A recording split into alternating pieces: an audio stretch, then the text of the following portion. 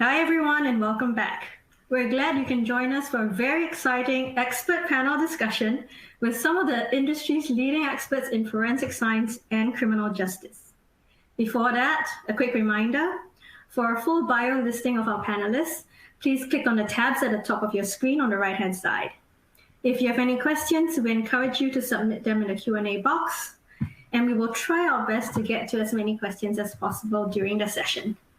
As a reminder, the HITS conference also offers free continuing education credits. Click on the continuing education credits located at the top right corner of the presentation window and follow the process to obtain your credits. Without further ado, it's my pleasure today to introduce the inspirational Prof. Bruce Budowle, who will be our moderator for today's panel discussion. Bruce, take it away. Thank you, Bea, and it's a real pleasure to be here today virtually, as we have a new world order these days in how we meet. Today's panel is to discuss how we can increase the impact of forensic DNA. We've been enjoying the field of forensic DNA for about 35 years now, and it has matured to a point where it's so sensitive that even the smallest amount of DNA can be identified with a high discrimination power with only a few, if not one individual can be the contributor of the evidence. We have databases in many countries today that help solve future crime. We have challenges of more complex profiles.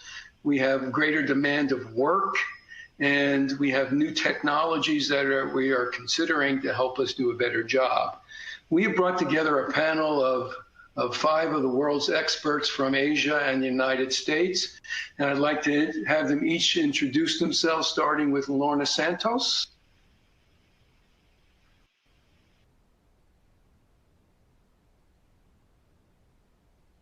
Oh, good morning. Thank you, Bruce. Good morning, good evening here, good evening there. Anyway, it's my pleasure to be here. I am Police Lieutenant Colonel Lorna Santos, a DNA examiner from the Philippine National Police, and currently the officer in charge of the DNA Laboratory Division of the Crime Lab. Well, just a brief introduction of where I am. Our laboratory was established in 2000, and we started enhancing its capability in 2012. And then in 2014, we acquired the CODIS, or the Combined DNA Index System of the FBI. Now, our laboratory is handling criminal cases. We also cater sometimes for paternity cases. But one of the main cases that we are handling is the mass disaster identification. And of course, we have a fair share of terrorist-related cases. And right now, since we started working on our database in 2014. So we are working on this progress, and we are looking forward to maximize the potential of the DNA database in criminal investigation. So thank you for this opportunity. Thank you, Lorna. Portia, could you introduce yourself? Hi, I'm Portia Loh. I'm the Acting Director of the Forensic Center of Expertise in the Home Team Science and Technology Agency, or HTX for short. I have a colleague with me today, Simon, and I'll leave him to introduce himself. Essentially, HTX is quite a newly formed statutory board in the Ministry of Home Affairs that was established to try and bring science and technology best to the front lines for operational stakeholders. So within HTX, forensics is definitely one of the key scientific domains for us. And our role is really to be able to provide scientific expertise and also bring technological solutions to our law enforcement agencies. So under our ministry, we have under our umbrella Singapore Police Force, Civil Defense, Immigration Checkpoints Authority, as well as drug enforcement folks as well. Thank you. Thank you, Portia. Simon?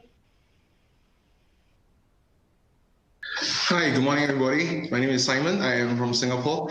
I think Portia have introduced where I came from, but the laboratory that I'm heading, I'm the head of HTIL, which is the Home Team Investigative Laboratory. Our lab uses DNA to provide investigative leads for crime scene officers, for investigative officers, for them to solve cases. So that's essentially what we do. Thank you, Simon. Jeanette, could you introduce yourself, please? Good day, everybody, whatever time it is where you are. My name is Jeanette Wallin, and I work for the California Department of Justice DNA Laboratory in the Bay Area of California. I have worked there since 1999, primarily doing casework and method development validations. I'm currently the Criminalist Supervisor of the Method Development Group. In our laboratory, we have the State Offender Database. We also have the State Missing Persons DNA Program, and we have criminal casework in our laboratory and 6 other of our 11 labs that are scattered across the state. Thank you. Do you have anything else to say? I was just thinking others had talked about their database. Ours started in 1990. Our lab started in 1989. So our database system is about 30 years old now. And that's about it. That's great. Thank you, Jeanette. Tim, last but not least, could you introduce yourself, please? Well, hi, everybody. Tim Schellberg here. I'm coming to you from the city of Seattle, United States. I am with the company of Gordon Thomas Honeywell, and as many of you might know, we work globally to assist with issues relating to legislation, policy, and law regarding DNA databases.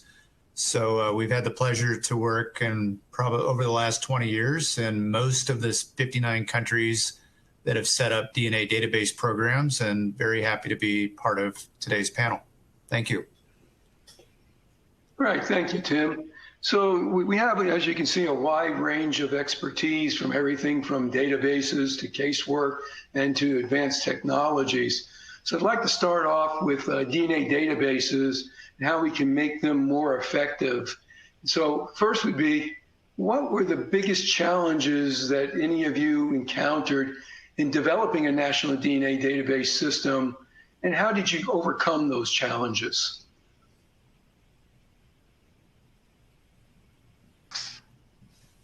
Nobody wants to answer that question? Well, I will. I'm going to volunteer Lorna, because I know that Lorna is the newest DNA database in the region, and maybe she can talk about how she moved that forward. Okay, thank you, Tim. Our database is still a work in progress. So for biggest challenges, it is, of course, the legislation part in our case, because up to now, we don't have the DNA legislation in the Philippines. But what we are working on now is more on public awareness and putting it forward to the legislator for their sponsorship. So the PNP is working on this one, and it is good to note that DNA bill is one of the priority agenda of the Philippine National Police. So in case of, for those challenges, we are in the midst of it, but this is the point the key point wherein we cannot move forward the way we want it if we don't have the legislation. But of course, there are some other aspects of this that we could use, because we don't have legislation, but we are using the DNA for our casework, but to a limited degree. So, thank you. So I guess to go a little further on, there are a lot of countries that have databases and countries that are contemplating having databases, and establishing a database needs some sustainability, because you can do the work, but if you don't have the support from the government or from the public, it may not work. Have any of you encountered the challenges or overcome those to ensure that you have a database that's sufficient to meet the needs of the task of typing offenders or arrestees or putting evidence in there. Tim, do you want to address that from your experience of looking at a lot of I think, Bruce, I didn't quite understand you cut off for a second there. Can you repeat the last part? Sure. It's about how we can develop a program that's sustainable. Having a database, but not having the support from the government and or the public and the resources can make this very difficult. And what may be some mechanisms to raise awareness or get more support? So I think, particularly in the region where we are today, I think that to have sustainability, what needs to happen is that a lot of times the upper levels of government are very unaware of how forensic DNA works, how the databases operate, and therefore you have people like Lorna and the folks from Singapore with us tonight developing these great database programs, but the upper levels that provide the budget may not be aware of the value. So I think one of the keys is to make sure that they're working at public awareness to bring the value of the database program to solve crime, find missing people and exonerate the innocent to those upper level folks so they can start getting the funding figured out and plan for the future. So a lot of times, things as simple as putting on these seminars in your various countries, doing public outreach, those seem to go a long way in setting up the budgets for you to keep the personnel you need and the equipment and the consumables to develop your database. Yeah, thank you, Tim. I would also add that metrics that can be quite useful besides the typical things of how many samples are in the database or hits, what are the success stories and how they could be cost effective. Solving future crime can reduce those who are recidivists from committing crimes on the next victim who may not become a victim if they are caught earlier in the process. So those can be quite helpful. Let's move on to the technology side, ways that we can improve these the types of samples we see today, because 30 years ago, DNA typing was very different than it is today. And the kinds of samples we have were far less complex that we could analyze.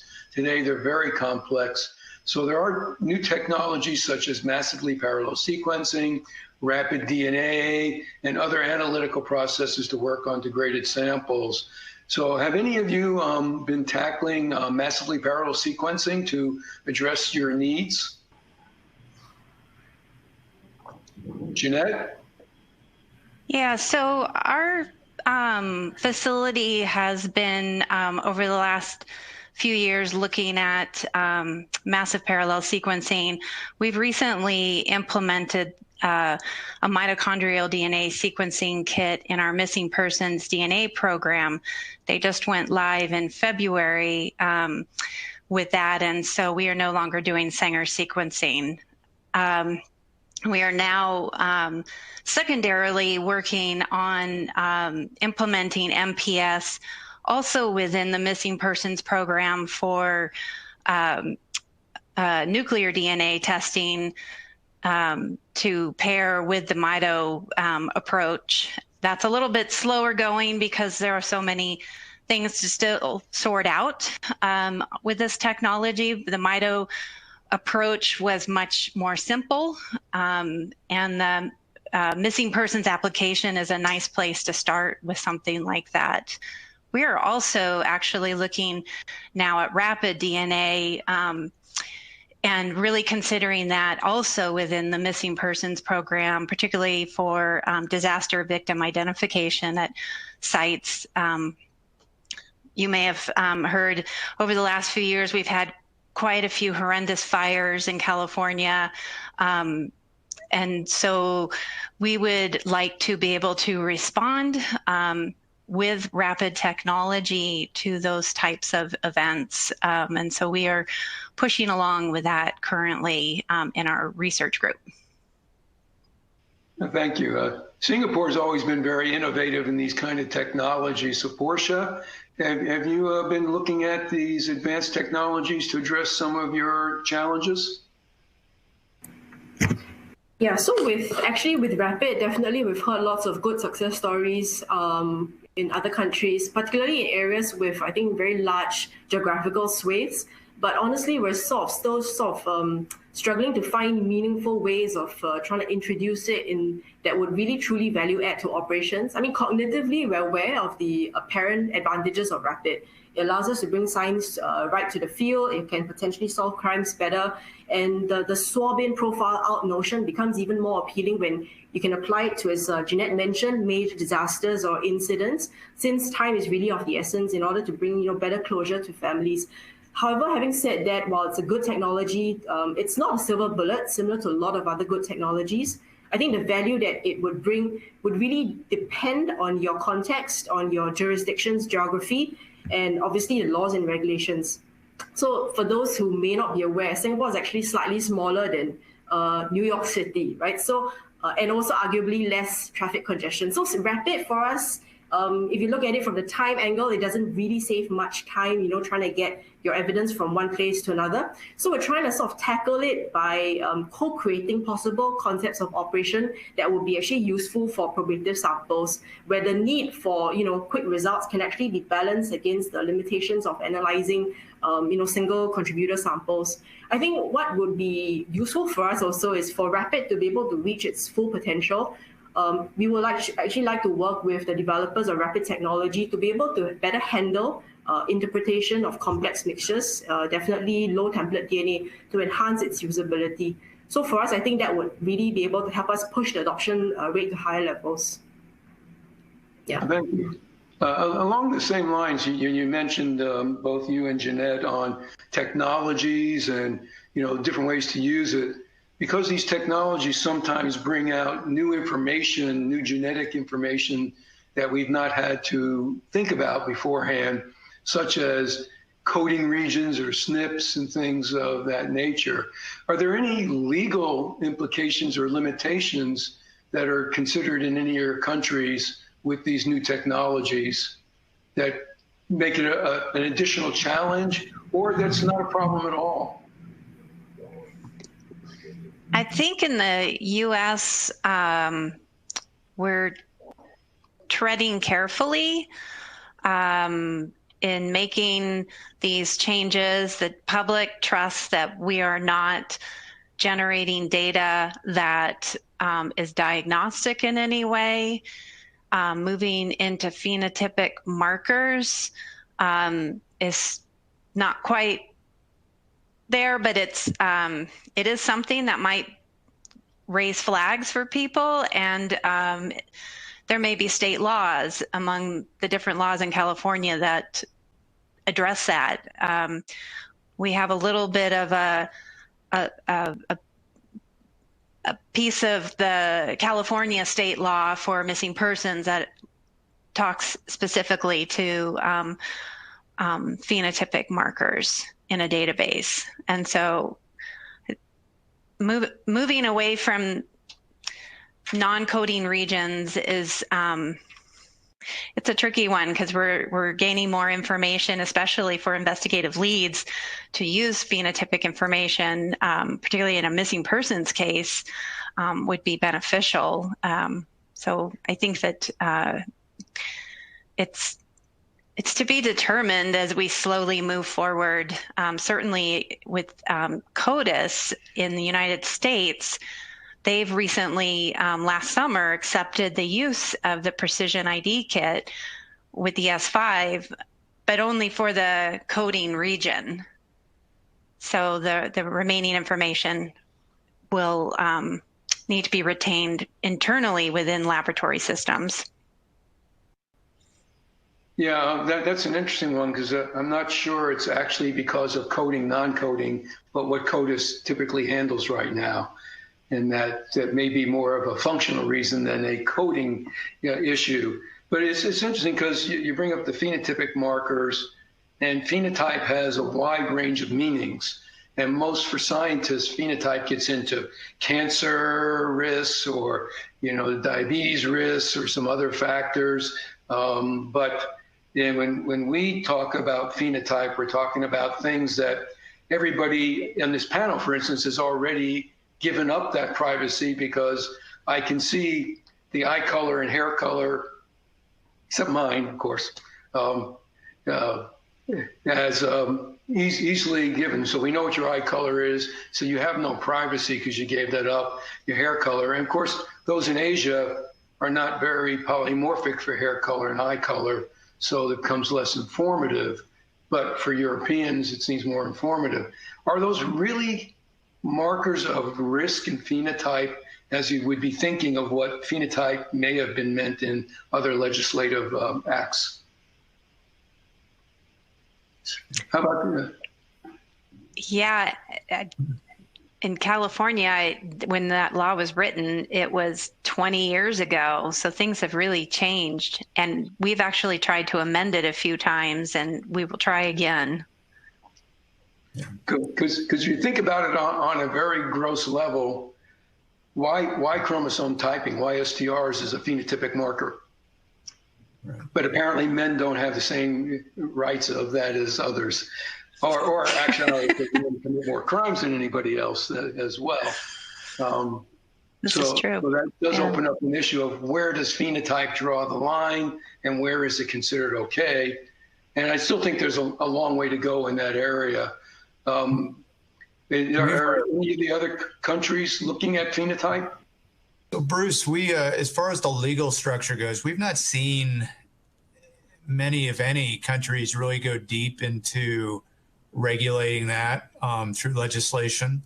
But what we've advised countries to do is we've used the term forensically responsible. So if you're developing kits dealing with outside of the normal STRs that we use, they should, particularly in NGS, making sure that you're only developing products that have the limited amount of things in which you need to get to your answer. Because if you have if you're collecting a massive amount of data that you're not going to use for your investigation, you open yourselves up to public policy scrutiny on privacy. So those are that forensically responsible use of NGS and phenotypes is the term that we use.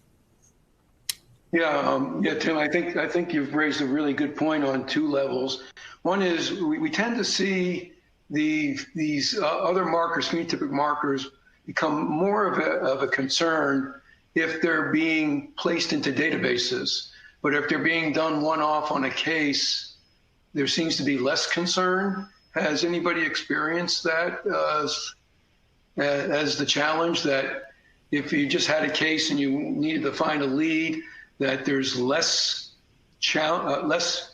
confrontation from the policymakers or the public, but if you're going to put it in a database, then the heightened awareness puts a greater demand? Well, anyway, I throw that out there since no one wants to answer that question, but it'll open up another one. I can make just a quick comment about it. In the United States, it seems that when people want to go that direction, they are outsourcing that evidence to private companies like Parabon, and then it is used in an investigative lead format. And so I think it doesn't end up in the courts because of that. Well, and it doesn't get much legal scrutiny.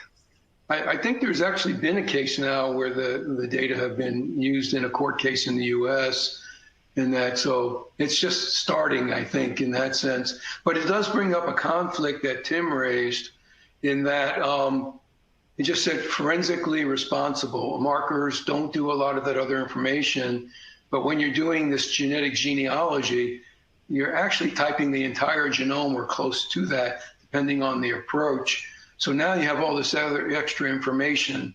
Does that pose a concern? I've got the feeling what is in the US, but would that be a concern in Singapore or the Philippines if we start typing the entire genome and either a private organization or the government uses that information? Well, I think for cases like here in the Philippines, if we talk about phenotypic markers, color of hair, eyes, then that would mean it would be forensically not so informative for us. Now, what we are interested in this NGS or for these phenotypic markers are those markers that would distinguish the ancestry or the ancestry information markers that we could utilize for Asian region, particularly in the Southeast Asian, wherein we all look alike. And then we have this problem with the identifying an unknown person related to, basically, in recent years, our concern is on terrorism activity, and we don't know, and it would be very important for investigators to determine whether that particular person is Filipino or from another Southeast or Asian countries. So for forensically speaking and for identification, we would like to see phenotypic markers that could effectively make a distinction between a very not so different people, like unlike, let's say, okay, I am Filipino, Bruce is Caucasian, so definitely if we have markers that could distinguish that, okay, that would be interesting. But for Filipinos, I think all of us have black hair, and all of us have the same color of skin. So yeah, it's more of the ancestry aspect of the markers that we are looking into. But it's more of for investigative lead. Thank you so much. Along those lines, we know we've talked about new technologies, and of course that's one part of it. But the standards, the guidelines keep changing and updating, and the requirements are there. There are new demands in criminal investigations that also bring challenges to us. How do you keep up with these demands? I mean, I know in our work, there's always more work to be done. No matter how many cases we do, there's a lot more. So how are you trying to address these things in the process to make it better for your laboratory? Not, you know, you have only so many people, you have only so many resources, and yet the cases are coming in, and there are more cases are coming in. Touch samples are coming in. So how are you taking these new challenges and embracing them to meet the demands of your stakeholders? Simon, Portia? Okay, I think the important thing for our laboratory, the most important thing is having very clear communication with the investigator and understanding how the case is being. So when we speak to the investigator, we want to understand the case nature. If that is required for them for obtaining very quick investigative leads, we put them on the priority list, and we try to get results for them within the day if possible, and so that they can follow up that lead to solve the crime. But we communicate with the investigator to realize that it's not of utmost important. We would then not prioritize that case and put it in our routine case analysis. So that's how we go about. So the important thing is still about communication with the investigator and understanding the case nature and making priorities based on what they communicate to us. So you have a good communication with the law enforcement investigators to make those decisions. Is there any prioritization on the type of cases or the number of samples that one would analyze? I mean, for instance, we could have a case with 500 samples. We could have another case with 3 samples. You obviously 3 sample case, you take the whole case. 500 puts a demand on the lab. Do you limit the number of samples and put more responsibility on the investigators to help define what samples should be analyzed? So again, going back to about communication, if you have a number of exhibits, I don't think we haven't received 500, but if there are many exhibits coming in, many evidence items, so you got to ask the investigator which are the items you want to prioritize. If you just ask them what are the top 5 items do you want to examine, we use that as the benchmark, and we will make a decision to process those first. And immediately when we get a result, instead of giving a formal report, we will give them an email or a phone call to tell them what's the results or any outcome. Yeah, so I know in my laboratory, which I'm not sure, but I'm expecting it's about the same everywhere, sexual assault cases are huge in the United States, and there's a large number of them. And we tend to prioritize those over touch evidence or breaking and entries or high volume crime. Are people having the same experience in their laboratories, that you're prioritizing by the type of crime? That is because of the nature, the violent crime over the high volume, or are you just doing all cases as they come in? In California, with the Department of Justice, we're doing all cases as they come in, but they're sorted into different workflows. And so in particular for the sexual assault cases, since they cover roughly half of our intake, we have specially designed programs throughout the state for the Department of Justice lab territories or counties, where we have cases coming directly from the hospitals to the lab for only 3 items of evidence and a reference sample in an envelope that's all pre-formatted, and then the rest of the evidence goes to the law enforcement agency. And so the nurses are selecting the 3 items they feel are the most promising from that particular case to send through that direct from the hospital to the lab program. And so our majority of sexual assaults come through in that format, and then murders and burglaries, they're all worked separately in their own workflow. Particularly the burglaries, we even break those up between neat stains and touch items.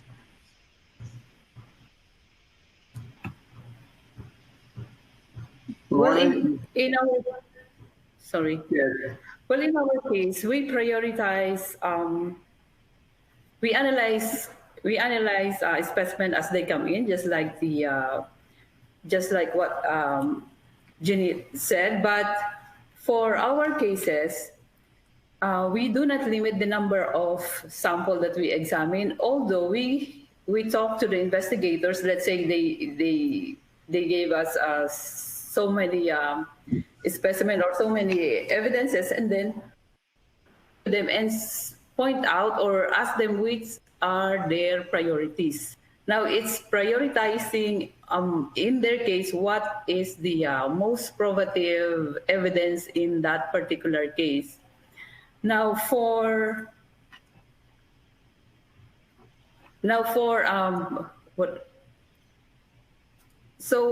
other cases, for touch DNA and sexual assault, just like I think most of the cases will fall into the sexual assault cases.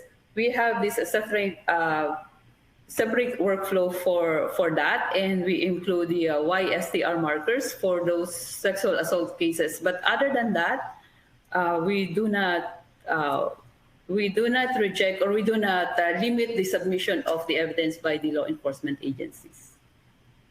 If you had your choice, would you do that?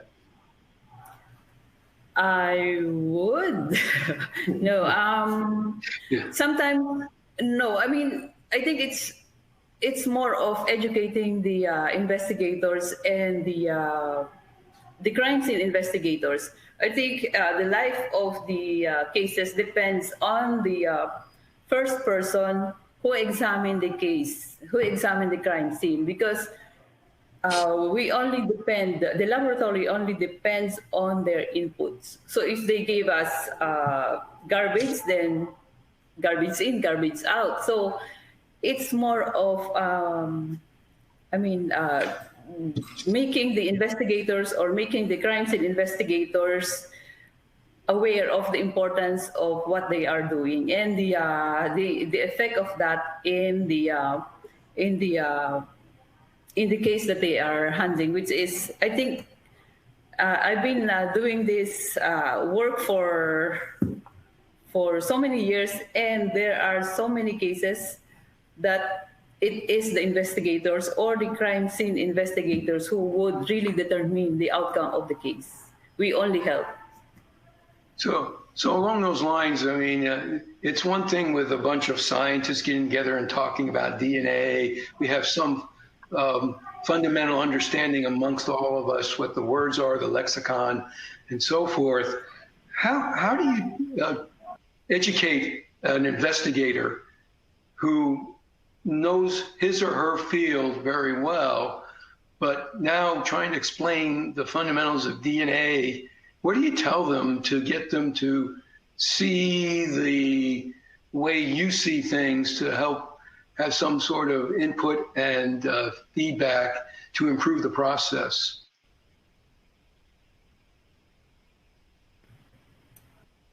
Well, it's not easy because, we have a very limited number of people working in the lab. And at the same time, we are also being tapped to provide lectures for investigators, because we have this a sort of continuous professional education within the service, wherein all investigators will take this certain course, and part of their curriculum is the criminalistics. That's the time we inject the idea of the importance of the criminalistics, or let's say the DNA, in their investigation. So investigating, teaching them and making them aware of the importance of what they are doing is not easy. Sometimes it's more of the commitment of a person. So it's a little complicated thing for me. Sure. I agree wholeheartedly. But at the same time, we also have other players in the legal system beyond the investigators, which are the judges and the lawyers for both sides. Does anybody have programs that they interact to help educate these people? And what are the challenges that you see communicating with the lawyers, for instance, other than the fact they're lawyers? That's supposed to be a joke. I got it. Yeah, you're supposed to. No, I mean, on a communication level, there's some challenge. So let's take the United States system. It's an adversarial system where the two sides actually sort of attack each other or argue with the truth. Hopefully the truth emerges. So there is a reluctance sometimes to share information with the defense side from a laboratory, because then the defense may use it to attack the scientist. Or the other approach, which is the one I'm an advocate of, you tell everybody everything and just let it fall where it may. So we find some reluctance in the education process. Just wondering, maybe, Portia, do you train or talk with the prosecutors and judges, and what kind of relationship do you see the communication or the challenges? Yeah, actually, I mean, now given that we are mainly using STR technology, I don't think we've had a need to sort of revisit that conversation with the judicial system, or with the courts, with prosecution, or maybe even defense. But if really there's a need to, and earlier we were talking about moving into non-STR based methods, then definitely we need to actually thoroughly engage them, and I guess, short of a better word, educate them on what the technology can do, its limitations, and to really do so in a way that can be easily understood. But just coming back to the part where we were talking earlier about, moving into ancestry prediction, phenotypic prediction, I find that, I guess, most, and I'm talking about investigation officers today, they're not always necessarily au fait with the potential of these new methods. And so when they submit samples, they may not actually be asking them the right questions or requesting for the type of analysis that can yield them the most valuable information. And the reason why I say this is because the laboratory that we run, most oftentimes we actually receive a lot of touch samples. And so it becomes really crucial when the nature of evidence that we are dealing with is falling in that realm. And so the examples of methods that are not commonly used, but we are slowly trying to adopt them, short of implementing it fully, are things like ancestry, hopefully also moving into things like facial morphology and definitely age estimation. So these are all, for us, very useful investigative leads that in the event that you cannot actually yield a match in a database, we think it would still be useful for our IOs. What I'd like to do is maybe revisit something and address this to Tim, because he's had a lot of experience in the area. Obviously, these databases provide a lot of success, because when we don't have a suspect, this gives us a chance to identify the donor of a sample. What are the best ways to improve the success rate of databases? And after what are those, what are the legislative challenges or legal challenges to be able to take advantage of those best ways? Sure. Well, I'll, obviously the big answer is the hit rate, right? So how often when you have a serious crime, such as a stranger rape, homicide, and you don't have any evidence, and you want to take the DNA from that crime scene and put it in your database and see if you get a match, how often does that hit? So what is the hit rate? And high hit rates that we see, obviously United Kingdom and New Zealand are known to be the highest, have hit rates that hover somewhere between 60 and 70%. Then you'll have countries that will, like the country of Chile, that only takes, and the reason the hit rate, let me back up, the reason the hit rate of those countries I just mentioned are so high, because they take DNA from everybody, not just convicted, but everybody arrested. But a country like Chile, which only takes people that are convicted of only seriously violent crimes, their hit rate falls below 10%. So if you really want to solve crime with your DNA database of unknown suspects, you got to put more people into your database. And what policymakers around the world have seemed to have agreed on is that anybody convicted of most crimes, that seems to be okay for everybody. And that will get you a hit rate over time of somewhere 30 to 45%. But to go to that next level where you're getting the hit rates up towards 60, 70%, you have to do the arrestees. And that raises debate. And the debate is on privacy. Is people that shouldn't be arrested or convicted of a crime, should they go into these databases? I tend to explain to policymakers that it's like a fingerprint. And if you can take that DNA sample and or that profile and get rid of the biological sample, it becomes more like a fingerprint, because governments get worried about people looking at that biological sample, that being in the possession of government. So I think the privacy issues to allow more people to go up into the arrestee category, I think we need to take privacy protections such as destroying the biological sample, because that makes members of parliament, members of your Congress much more comfortable from taking to that second category of arrestee, which really does drive your hit rate and solves more crime. Great. So again, more cases, types of cases, criminals, arrestees, and that would improve the process substantially, make it more cost effective. Absolutely. I mean, there's actually studies out there showing that, the more you increase your database, the much more money a government can save, because of the time wasted on investigations and things where you could basically identify your suspects with one simple test. Have any of the other panelists had to create such metrics to show the cost benefit of your databases?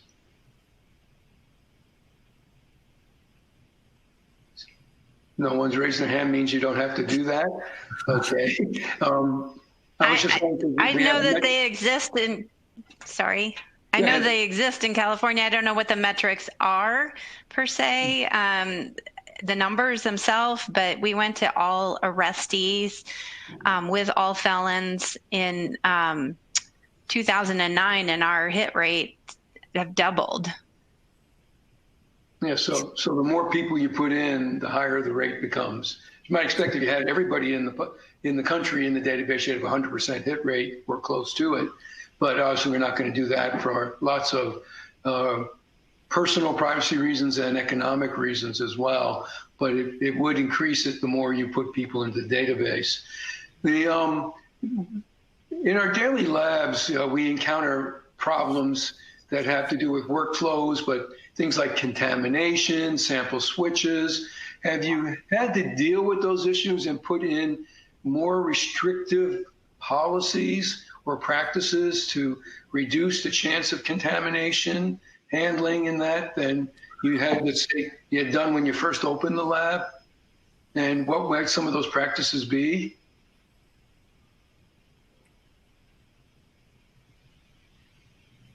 I think one key thing that laboratory should be doing is implementing robotics, because there are far fewer mistakes as a result of robotics. Of course, you can have contamination issues related to those, but there are ways to solve that. So let's talk about a different kind of automated system to some degree, probabilistic genotyping.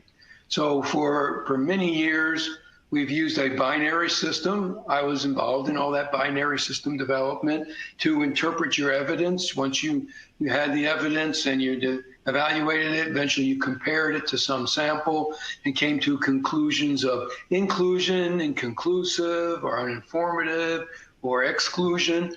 And now we have tools that can enhance your capabilities to interpret the evidence. Has anybody in Asia, Singapore or Philippines, looked at these tools yet?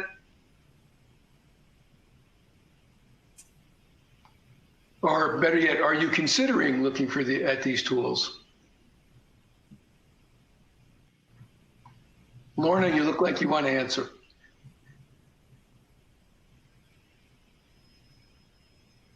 I don't think we hear. I think you must still be muted.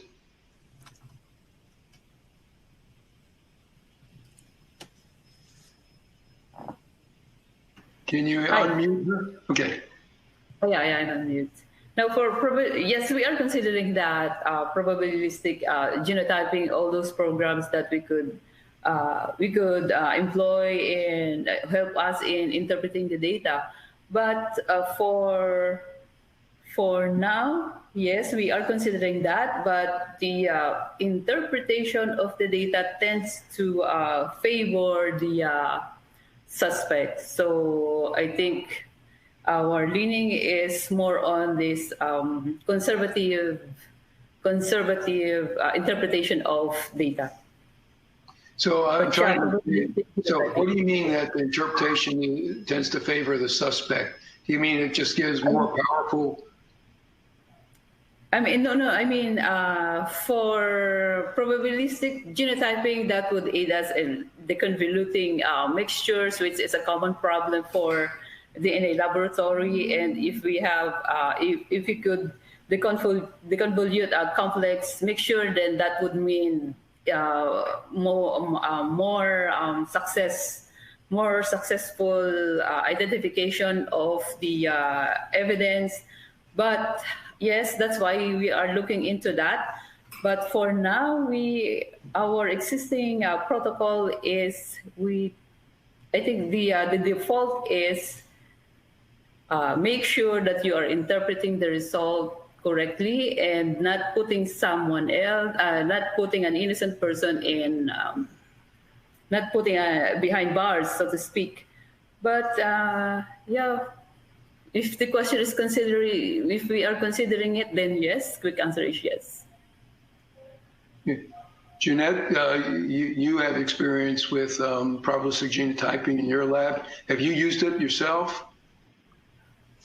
I have. I actually was training on our first version, 2.0.6, several years ago, when I then kind of moved along and stopped doing casework. I eventually, but I will say during, so we're on to our third validation right now. We're validating the 2.7 version.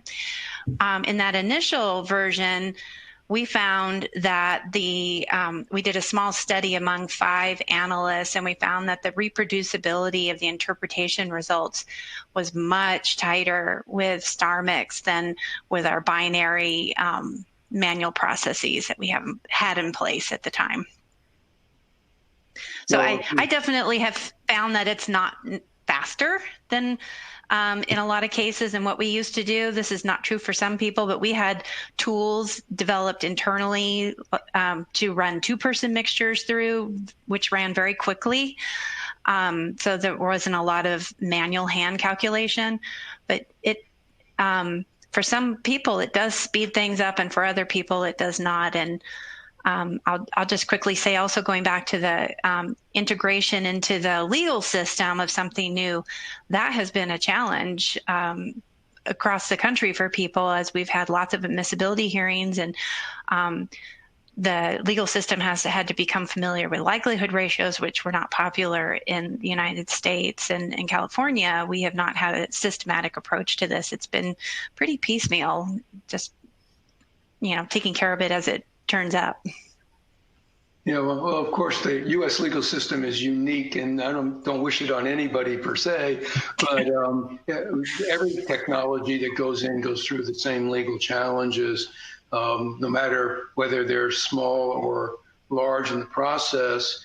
In our hands, we've found that the technology can be quite helpful for the more complex samples in the process, and there have been legal challenges that we expect, but we found that most of the time problems come up, it hasn't been in the software, and we're looking at StarMix as the software as well.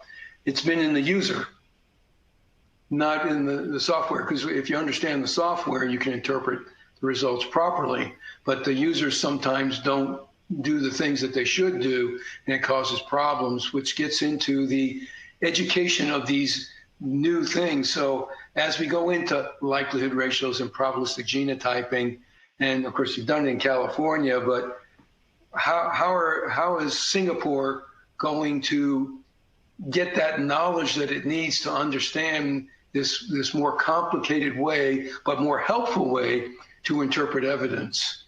Do you have any ideas, Simon or Portia? Simon, on how you're going to figure that out? Well, at present, we are thinking of evaluating a probabilistic genotyping software. But I think traditionally, the courts understand match association, especially for mixture. We've been using combined probability of exclusion or some form of likelihood ratio if it's a two-person mixture.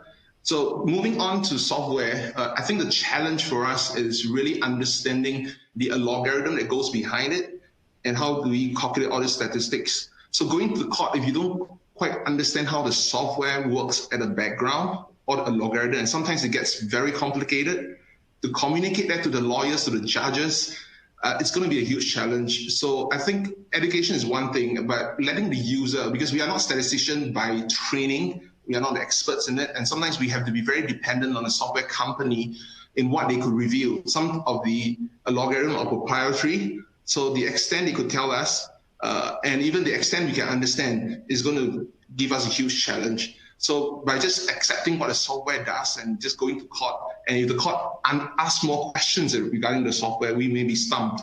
So I think this is a huge challenge for us to overcome.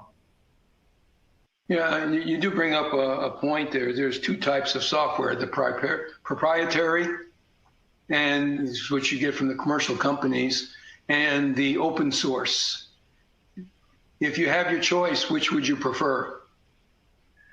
I would think open source would be a better approach because I think there's more transparency.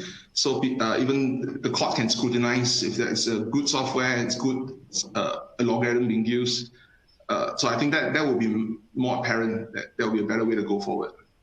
Could it be, I mean, one of the concerns we have with the open source is that the quality of the software may not be as good or validated as the commercial software, in theory?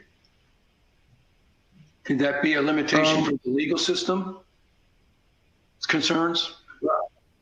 I mean, right now we are in the phase of evaluation, so it's hard for me to really give a verdict on this.